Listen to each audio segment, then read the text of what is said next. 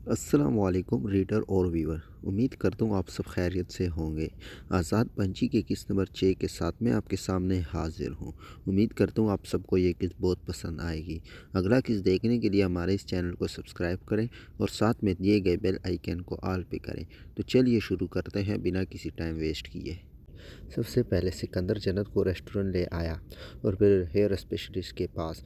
इसने जन्नत की पीआरपी की और कुछ ऑयल दिए और फिर वहाँ से फ़ौरन घर आ गए। जन्नत रूम में चली आई और सिकंदर स्टडी रूम में अपना काम करने गया। जन्नत ने शीशे में अपने आप को देखा। वो बिल्कुल वीक और जर्द लग रही थी। वो खामोशी से जाकर लेट गई। सिकंदर के आने से पहले वो सोना चाहती थी और नींद की देवी भी मेहरबान हो गई। अगली सुबह शोर की आवाज़ से जन्नत की आंख खुली तो वो उठ बैठी। मॉर्निंग, सिकंदर ने उसे उठते हुए देखकर कहा। मॉर्निंग, जन्नत ने एक लफ्ज़ी जवाब दिया। जल्दी से तैयार हो जाओ, मैंने तुम्हें कहीं लेकर जाना है। तो जन्नत हैरान हो गई। उसने कुछ ना पूछा, चुप करके तैयार होना शुरू हो गई और फिर सिकंदर के साथ रवाना हुई। 15 मिनट के बाद जन्नत को लगा इस जगह वो पहले भी आ चुकी है। सिकंदर ने जन्नत के कॉलेज के आगे कार रोकी। मैंने तुम्हारे प्रिंसिपल से बात कर ली, अब तुम जाओ अपनी स्टडी करो, लेकिन याद रखना अपने बाप से ना मिलने जाना, वरना बहुत बुरा पेश आऊँगा। तुम सोच भी नहीं सकती तुम्हारे साथ वो करूँगा। और जन्नत डर डर कर कॉलेज की तरफ रवाना हुई। पूरे 3 माह बाद वो कॉलेज आई थी। वो फितरतन डरपोक थी। वो लोगों के सामने बात करने से डरती थी, सिर्फ अपने घर में ही शेर थी। जन्नत ने क्लास में पाँव रखा तो देखा पूरी क्लास फुल थी। लास्ट में एक बेंच खाली थी तो वो वहाँ जाकर बैठ गई। जन्नत देखती रही, उसे अभी तक हानिया नज़र न आई। लेकिन 5 मिनट बाद जब क्लास लगी तो जन्नत ने देखा हानिया किसी और लड़की के साथ आ रही है। हानी, जन्नत ने ज़ोर से कहा तो हानिया ने चौंक कर देखा। जन्नत, तुम कहाँ थी? मैं तुम्हारे घर भी गई, वहाँ भी ना मिली। मैंने तुम्हें बहुत मिस किया, हानिया ने जल्दी से कहा। जन्नत की आंखों से आंसू रवां थे। उसे लगा कि कोई तो है जिसे इसकी फ़िक्र है। हानी, मैं तुम्हें ब्रेक में सब बताऊंगी। और हानी ने अपना बैग उठाया और जन्नत के साथ आ बैठी। ब्रेक टाइम हुआ तो जन्नत और हानी दोनों बाहर ग्राउंड में आ गए। जन्नत, अब बताओ कहाँ गायब थी? हानी, मेरी शादी हो गई। क्या? मुझे बुलाया भी नहीं? हानि, सब कुछ बहुत जल्द में हुआ, मुझे पता ही नहीं चला। शादी किससे हुई? सिकंदर शाह। सिकंदर शाह बिजनेसमैन? क्या? हाँ, उसी से। लेकिन बहन, उससे तेरी शादी कैसे हुई? यार, बाबा खुशी खुशी घर आए और कहा तुम्हारा रिश्ता लेकर कुछ लोग आ रहे हैं। मुझे नहीं पता था वो कौन थे। फिर रिश्ता तय हो गया और शादी हो गई। फिर सिकंदर ने कहीं आने नहीं दिया। अब आने दिया है तो तुम्हें बता रही हूँ। पहले रात कैसे गुजरी? हानिया ने शरारत से कहा। यार, पहली रात तो मैं इंतज़ार करते करते सो गई। ओह, तुम्हारे तो मज़े हो गए। जो चीज़ चाहिए होगी ले लेती होगी। इतने अमीर शख्स से शादी जो हुई है, हम कहकर जन्नत खामोश हो गई। पता नहीं क्यों वो ये सब कुछ अपनी दोस्त को भी नहीं बताना चाहती थी। छुट्टी के वक्त उसे ड्राइवर लेने आया तो सब लड़कियां हैरत से देखने लग गई। जो बसों के दिक्के खाती थी, आज ऑडी में जा रही है। जन्नत ने जैसे जो कदम रखा, उसे लगा वो फिर से पिंजरे में आ गई है। इन कैमरों की वजह से ये फ़ायदा मिला जन्नत को कि रुबाब बेगम अब पहले की तरह जुल्म ना कर सकती थी और ना ही घर आती थी। जन्नत ने खाना निकाला और खाने लगी। उसका दिल मतलाने लगा तो वो जल्दी से वॉशरूम की तरफ बढ़ी और वोमिटिंग करके मुंह पोंछकर नढाल सी वो डाइनिंग टेबल पर आ बैठी। जमीला उसे ज़ेरक निगाहों से देख रही थी। जन्नत ने जूस बनवाया, वो पिया। सिकंदर शाह आज मीटिंग में मौजूद था, इसलिए उसे जन्नत की तबीयत खराबी का पता नहीं चला। जन्नत को अपना सर भारी महसूस हो रहा था। वो सोने चली गई और शाम ही में सो गई। जमीला सब काम निपटा कर रबाब बेगम के पास आई। बीबी जी, आज मैंने आपको एक बात बतानी है। हाँ बोलो जल्दी से, रबाब बेगम ने कहा। बीबी, मुझे लगता है जन्नत बीबी हमल से है। आज इनकी तबीयत से मुझे लगा। ये क्या बकवास कर रही हो? वो हमारे ख़ानदान का वारिस नहीं पैदा कर सकती, रबाब बेगम ने गुस्से से कहा। बीबी, अभी साहिब को ये बात नहीं पता। बीवी अभी साहब को ये बात नहीं पता, साहब को पता ही नहीं चलेगा और हम बच्चे को ख़त्म कर देंगे। हाँ ये ठीक है, मैं किसी डॉक्टर से रब्ता करती हूँ। और रबाब बेगम शाम को लेडी डॉक्टर पास चली गई। मुझे कोई ऐसी दवा दो जिससे बच्चे की मौत पेट में हो जाए और किसी को पता ना चले। रबाब बेगम ने रज़दारी से कहा, यह काम अनलीगल है, मैं नहीं कर सकती। अगर किसी को पता चला मेरी जॉब चली जाएगी। मैं तुम्हें बहुत पैसा दूंगी, बस ये हो कि बच्चा ज़ाया हो जाए। चलो आप कहती हो तो दे देती हूँ। और डॉक्टर ने खुद पैसे बटोर लिए। सिकंदर घर पहुंचा तो देखा जन्नत सोई हुई है, तो वो ख़ुद भी बहुत थका हुआ था। जन्नत को अपने बाजू के हल्के में लिया और ख़ुद भी सो गया। रात को 3 बजे इन दोनों की आंख खुली। सिकंदर ने देखा जन्नत पहले से उठी हुई है, तो सिकंदर ने उसे अपने बाजू के हल्के से आज़ाद किया। मुझे भूख लगी है, मैं खाना खाने जा रही हूँ। तो सिकंदर भी साथ किचन में आ गया। आज जन्नत पहली दफ़ा कुकिंग कर रही थी, वरना हर दफ़ा मुलाजमा करती थी।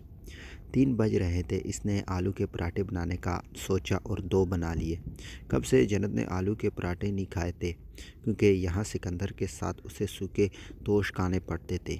थोड़ी देर बाद पूरा किचन खुशबू से महकने लगा, तो सिकंदर की भूख में भी इजाफा हुआ।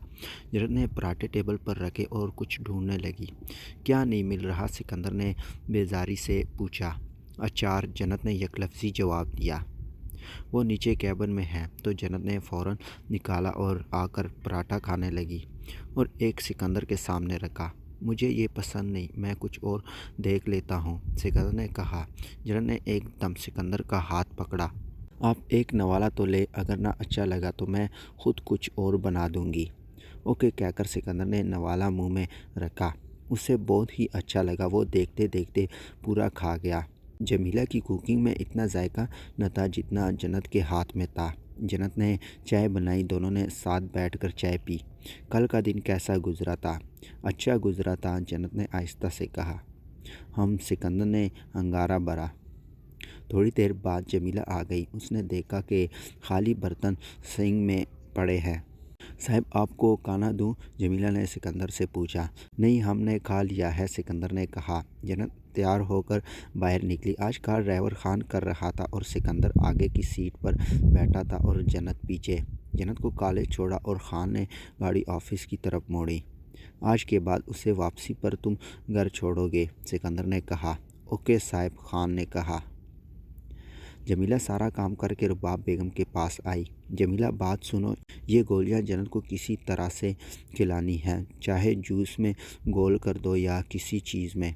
ओके बीबी, हो जाएगा। जन्नत आज भी तकी तकी वापस आई। आज वो ज़रूरत से ज़्यादा जर्द लग रही थी। जमीला मुझे शेक बना दो। तो जमीला ने उसे बना दिया और साथ ही एक गोली उसमें मिक्स कर दी। जन्नत ने शेक पिया, थोड़ा रिलैक्स महसूस किया, लेकिन 15 मिनट बाद उसके पेट में दर्द होने लगा। दर्द उसकी बर्दाश्त से बाहर हो गया। सिकंदर, जिसने गैर इरादा तौर पर लैपटॉप पर नज़र डाली, जन्नत को तड़पते देखकर घर आ गया। क्या हुआ जन्नत, तुम ठीक हो? सिकंदर ने जल्दी से पूछा। हाँ मैं ठीक हूँ, एकदम पेट में दर्द उठा, अब कम हो गया। डॉक्टर पास ले चलूँ? सिकंदर ने पूछा। नहीं मैं ठीक हूँ, जन्नत ने नढाल होकर कहा। लेकिन जब रात को उसने काफ़ी पी, उसकी तबीयत फिर से बिगड़ गई। सिकंदर उसे लेकर हॉस्पिटल आ गया। जन्नत को एडमिट कर लिया गया और टेस्ट करने के लिए ले गए। थोड़ी देर बाद जन्नत को ड्रॉप लगाई तो डॉक्टर सिकंदर शाह के पास आए। सर, आपकी वाइफ ने अपने बच्चे को ख़त्म करने की कोशिश की है। बच्चा 2 मन का था, जिसलिए इनकी तबीयत ख़राब हुई, और आप ना ले आते तो आप अपना बच्चा खो देते। और सिकंदर का पारा हाई हो गया तो वो जन्नत के पास आ गया। तुम्हें अगर ये औलाद नहीं चाहिए थी ना, तो मुझे भी तुम जैसी से औलाद नहीं चाहिए। तुम रकेल तो बन सकती हो, लेकिन बीवी नहीं, और ना ही किसी शरीफ मर्द की बीवी। तुमने आज अपने अमल से बता दिया, तुम भी तवाइफ जैसी हो। जन्नत की आंखें खुल गई। मैंने कुछ नहीं किया, मैं क्यों मारूंगी अपने बच्चे को? जन्नत ने रोते हुए कहा। रेडी हो जाओ, अबॉर्शन है तुम्हारा। जन्नत की हालत ख़राब हो गई। उसने जल्दी से ड्रॉप हाथ से निकाले और सिकंदर के पैरों में बैठ गई। खुदा के लिए इतना जुल्म मत करो, तुम उसे अपनी औलाद ना मानना, लेकिन मुझे वो बच्चा चाहिए, जन्नत ने रोते हुए कहा। मैंने कह दिया ना अबॉर्शन होगा, सिकंदर ने चीखते हुए कहा। तो जन्नत खामोश हो गई। उसे लगा अब चाहे कुछ भी हो जाए इसका अबॉर्शन होकर रहेगा। थोड़ी देर बाद लेडी डॉक्टर्स का अमला अंदर आया। इन्हें देखकर जन्नत की आंखें उबल आई। आप लोगों को खुदा का वास्ता है मेरे साथ ऐसा मत करो, जन्नत ने रोते हुए कहा, लेकिन मुकाबिल पर असर न हुआ। उन्होंने अपना काम जारी रखा। प्लीज़ मुझे एक दफ़ा अपने शौहर से मिलने दें, फिर मैं तंग नहीं करूँगी, जन्नत ने रोते हुए कहा। तो लेडी डॉक्टर ने उसकी हालत देखते हुए सिकंदर को बुलाने का कहा। सिकंदर जैसे जो रूम में आया तो पूरा स्टाफ बाहर चला गया। क्या मसला है तुम्हारे साथ? पहले खुद बच्चे को मार रही थी, अब एक ही दफ़ा मैं उसे मार कर तुम्हारे काम में आसानी कर रहा हूँ। तुम्हें क्यों मसला हो रहा है? सिकंदर ने गुस्से से कहा। सिकंदर, मैंने कभी तुमसे कोई शिकवा नहीं किया, ना कुछ मांगा। अपनी माँ के सदके मेरी औलाद को बख्श दो, जन्नत ने रोते हुए कहा। मैं कभी अपने बाप से नहीं मिलूंगी, ना ज़िद करूंगी। जो तुम मुझे कहोगे मैं करूंगी, लेकिन मेरी औलाद मुझे दे दो, जन्नत ने रोते हुए कहा। लेकिन सिकंदर बाहर चला गया और जन्नत ने अपने आंसू पहुँचे। थोड़ी देर बाद एक डॉक्टर आई। उसने जन्नत का चेकअप किया और उसका डेट चार्ट बना कर दिया और साथ ही बच्चे का ख्याल रखने को कहा। और जन्नत सिकंदर के साथ घर आ गई। कुछ थकावट थी और थोड़ा दवाइयों का असर था। जन्नत फ़ौरन सो गई। अगली सुबह जन्नत उठी और अपने लिए खुद नाश्ता बनाया, चाय बनाई और नाश्ता करने लगी। आप मुझे कह देती नाश्ता बनाने का, मैं बना देती, जमीला ने खुशामदी से कहा। जन्नत ने जमीला की तरफ देखा। तुम्हारे कितने बच्चे हैं? जन्नत ने एकदम पूछा। बीबी, 3 बच्चे हैं, एक बेटा और 2 बेटियां। अगर तुम्हारे बड़े बेटे का रोड एक्सीडेंट हो जाए और वो मर जाए तो तुम पर क्या गुजरेगी? बीबी, आप हमारी मालकिन हैं, लेकिन मैं बर्दाश्त नहीं करूँगी कि आप ऐसे कैसे बोल सकती हैं। तुम मेरे साथ जो कर रही हो, तुम्हें लगता है कि मैं अनजान हूँ? तुमने, सिकंदर साहब ने और रुबाब मैम ने मेरे साथ बहुत बुरा किया, लेकिन यार मेरे औलाद तो छोड़ देते ना। उसे मार कर क्या मिलेगा तुम लोगों को, बताओ, जन्नत ने रोते हुए कहा। मैंने अपने बच्चे के बचने के सदके तुम्हें, सिकंदर साहब और रुबाब बेगम को माफ़ किया। सिकंदर साकत खड़ा रहा। वो जो नाश्ता करने आया था चुप करके बाहर चला गया और जन्नत रोते हुए अपने कमरे में आ गई। जी भर के रोकर वो फ्रेश हुई, खुद को तैयार किया और बिस्तर पर लेट गई। दिन को जन्नत ने खुद जूस बनाया और ख़ुद ही खाना बनाया। वो बहुत खुश लग रही थी। सिकंदर ने उसके फेस पर जूम किया। कभी वो पेट पर हाथ रखती और कभी क्या करती। और फिर रूम में आई, लॉकर से अपनी मेडिसिन निकाली और फिल्टर से पानी भरा और टैबलेट खाई। वो अपने बच्चे के लिए अब रिस्क नहीं ले सकती थी और आज इतने अरसे बाद टीवी चलाई और ड्रामा देखने लगी। वो ख़ुद को खुश रखने की कोशिश कर रही थी और सिकंदर, उसे लग रहा था वो पागल हो जाएगा। वो एक मिनट के लिए जन्नत से नज़र नहीं हटा पा रहा था।